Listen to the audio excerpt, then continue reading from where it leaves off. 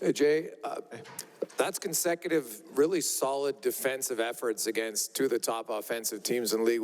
What did you like about your defensive group tonight as a whole? Yeah, Jason, I think if you went back and look at, even just our segments of the last 10 games and then the previous 10 games, and you looked at even strength defending, I think you'd see we were at or near the top of the league, in the top 5.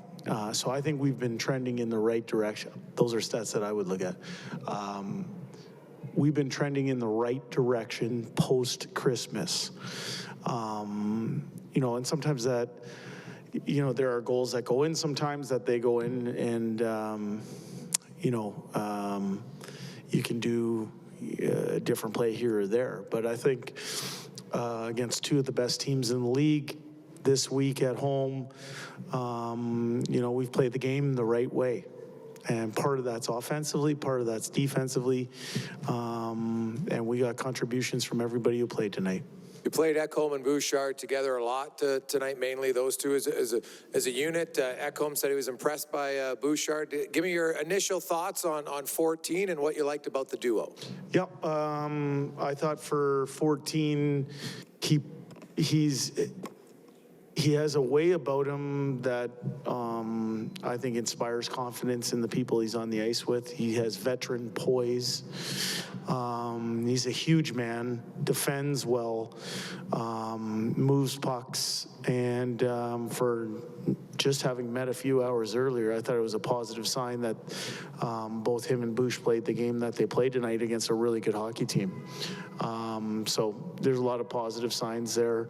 He's not even in the city for 8 hours or so, and he's left a good impression so far. When you put a high-end 21-minute defenseman in your lineup like that, does it slot everyone sort of where they need to be? Do all 6 guys or 7 guys look better? Yeah, I think so. And that is not a slight on anybody that's been here. But I think when the batting order is set a certain way, everybody looks good. And I thought we got good minutes from everybody who played tonight on the back end, up front.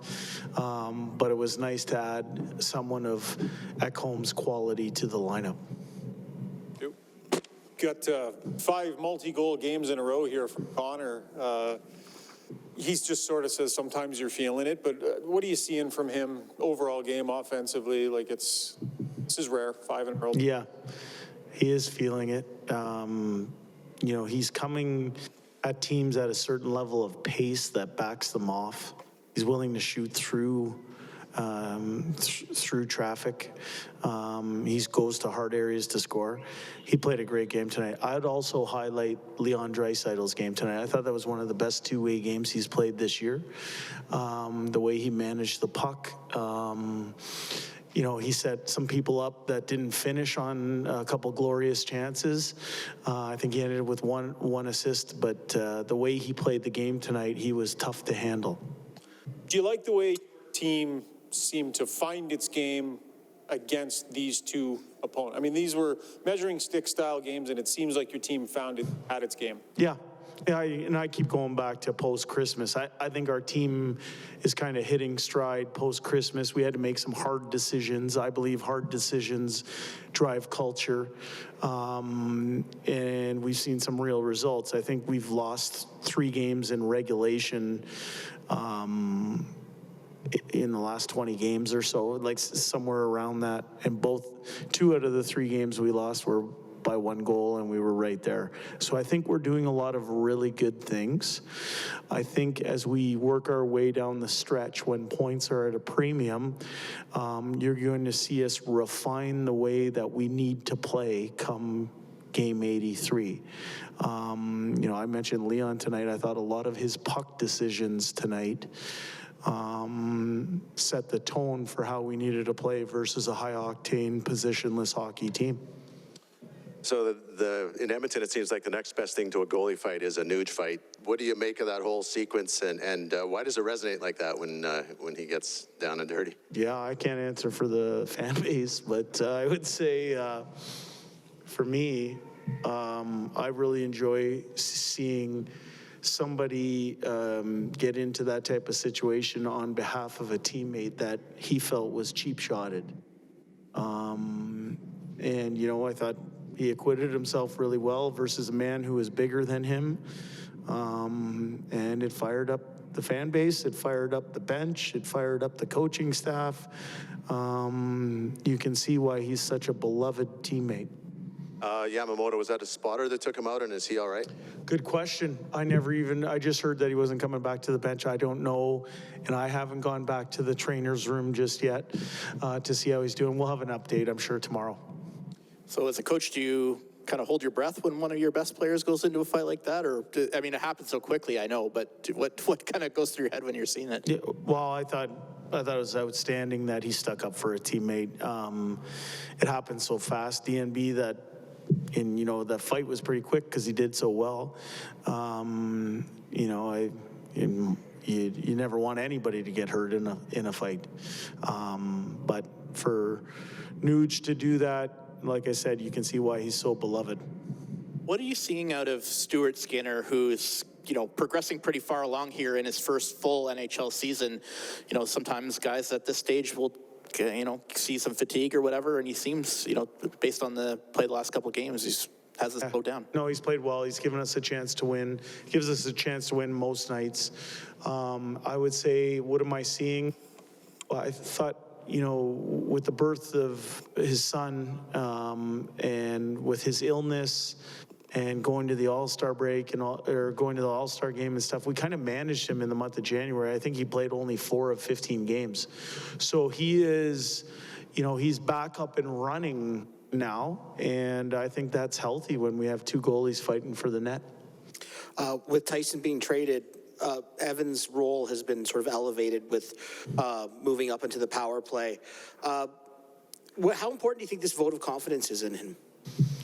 Yeah, I think it's important. We're going to learn a lot about Evan Bouchard here down the stretch. I think the organization has put a lot of faith in him. And, I thought he played a good game tonight. I thought that pairing was excellent.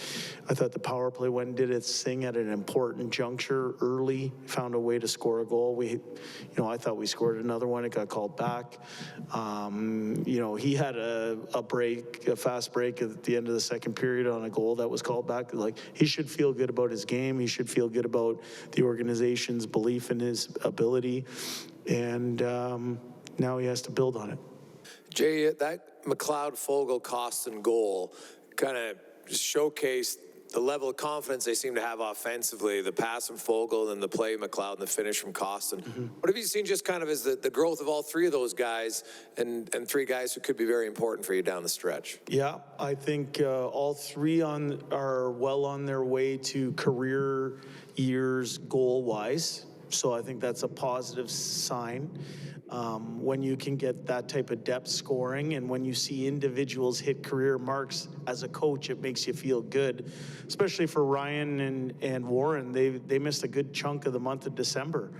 So for them to feel good about their game and give us a different look on that line, I think it's excellent. For Klim, he's just getting back up and running.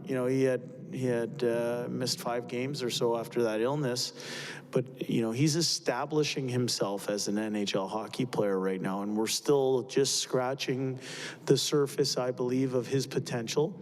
I also think that he is continuing to learn the way the game needs to be played at this level and the way we want it played.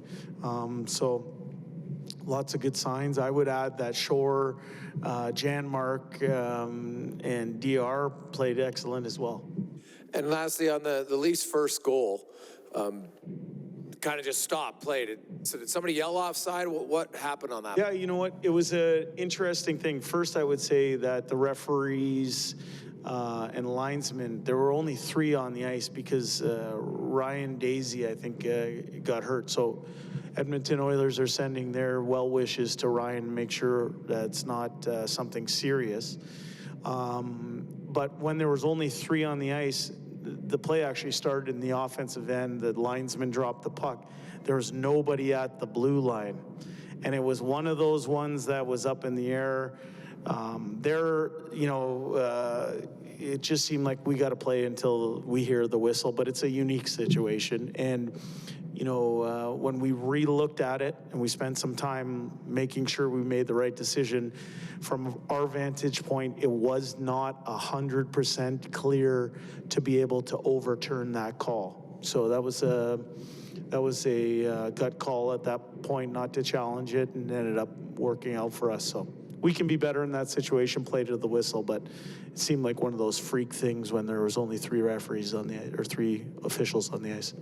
That was my question. You answered it very well. So I want to ask a second. Yeah. That was, eh? Tony, you got anything else for me? I want to hear a solo. No, we're good. Thanks, guys.